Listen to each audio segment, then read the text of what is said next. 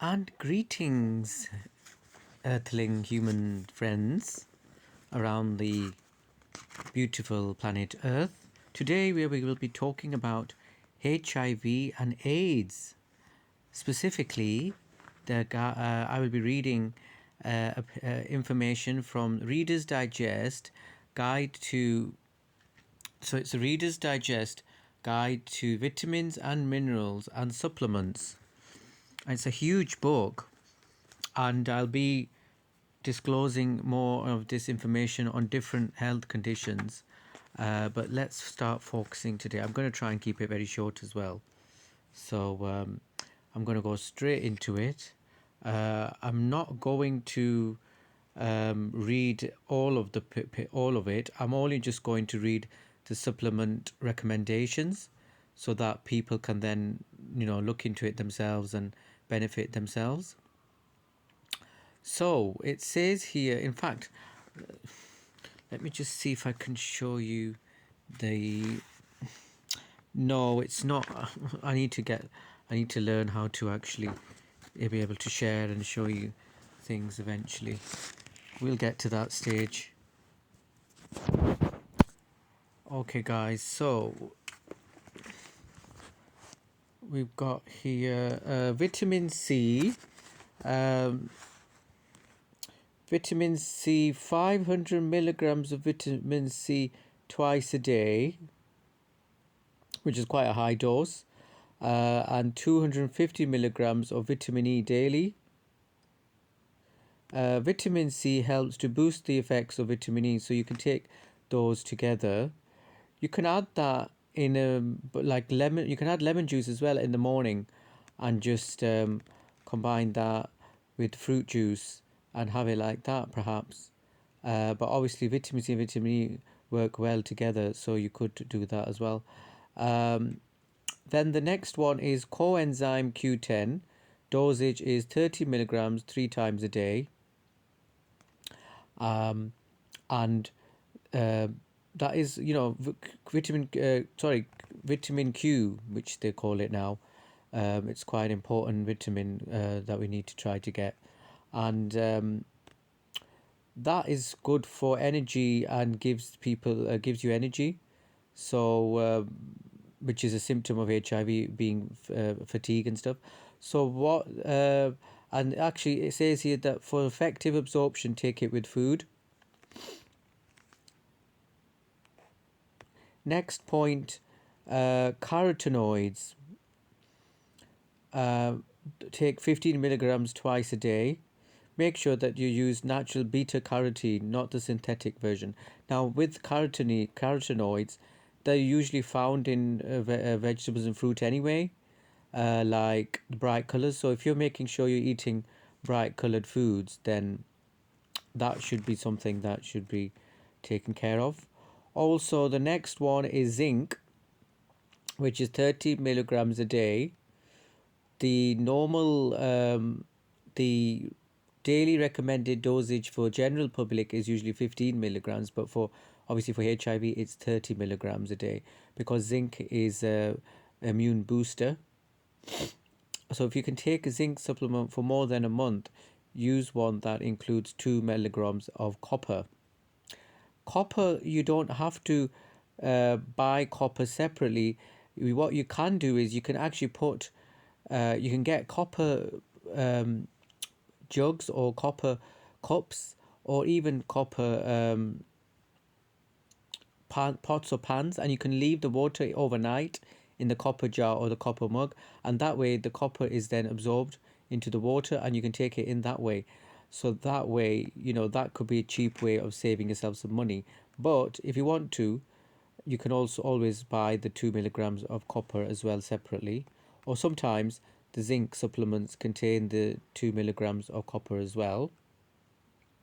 You got NAC amino acid complex, which is 500 milligrams 3 times a day for amino acids. Follow the directions on the bottle. Take both on an empty stomach, but at different times. Oh, I didn't know that. And that people are raving about NAC, which is amino acid complex. Apparently, it helps with fighting. Obviously, it builds the immune system and it helps fight infections. And some people have taken that for COVID-19 um, and other issues. Next point is turmeric and bromelain. Dosage 400 milligrams of turmeric and 500 milligrams of bromelain 3 times a day. Consult your doctor if you take anticoagulant drugs. Bromelain to provide 6,000 GDU or 9,000 MCU. So turmeric is just the yellow powder, curry powder that you could just use. But obviously with the supplementation, 400 milligrams, you need to take it in that form. And then bromelain is just the enzyme which is found in pineapple. And then the next one is fish oils. Take 2 teaspoons a day, or vegetarians or vegans can supplement 1 tablespoon of flaxseed oil. And then also there's reishi mataki mushrooms, and that's 500 milligrams of reishi and 200 milligrams of maitake 3 times a day. And these are the main vitamins and minerals that are recommended. Um, there's also for those of you who struggle with the antiretroviral medicines, there's herbal ones that you can take, which are things like cat's claw, echinacea, astragalus, golden seal, Paul Diaco. So there's a lot of different herbal um, antivirals, and the best thing to do with them is to actually uh, rotate them around every month.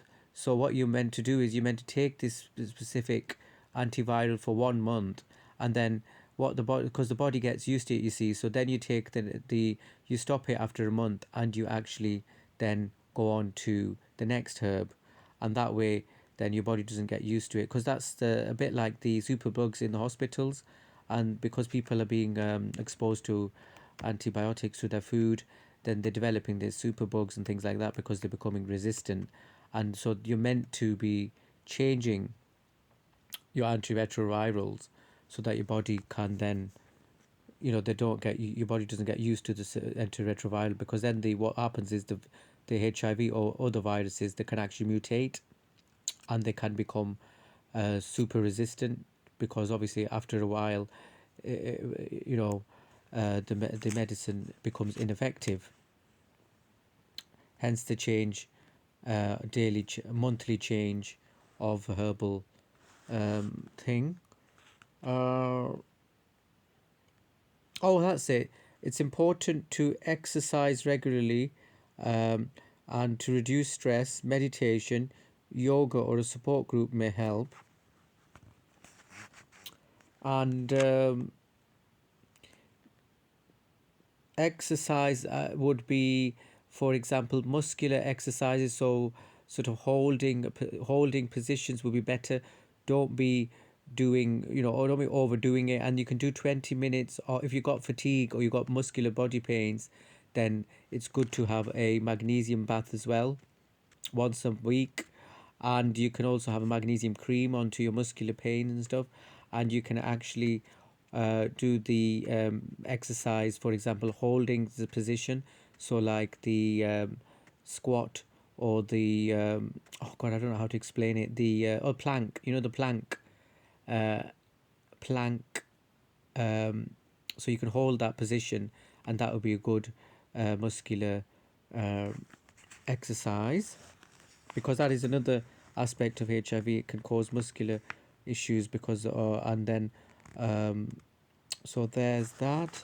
So that's it, guys, and I'm going to go on to um, another thing. That's just the main things, but if people want me to, I could go into a second part and read the whole section, um, if people wanted, but I just felt that the main part would be to read the supplement recommendations, and then people can actually do what they want to do at home and try it out. Um, so yeah, I hope that's helpful. Oh, actually, I've just realized that one last thing is vitamin B12 as well. So if you've got fatigue and you've got pains and muscular, that could be an issue with B12, low B12 levels.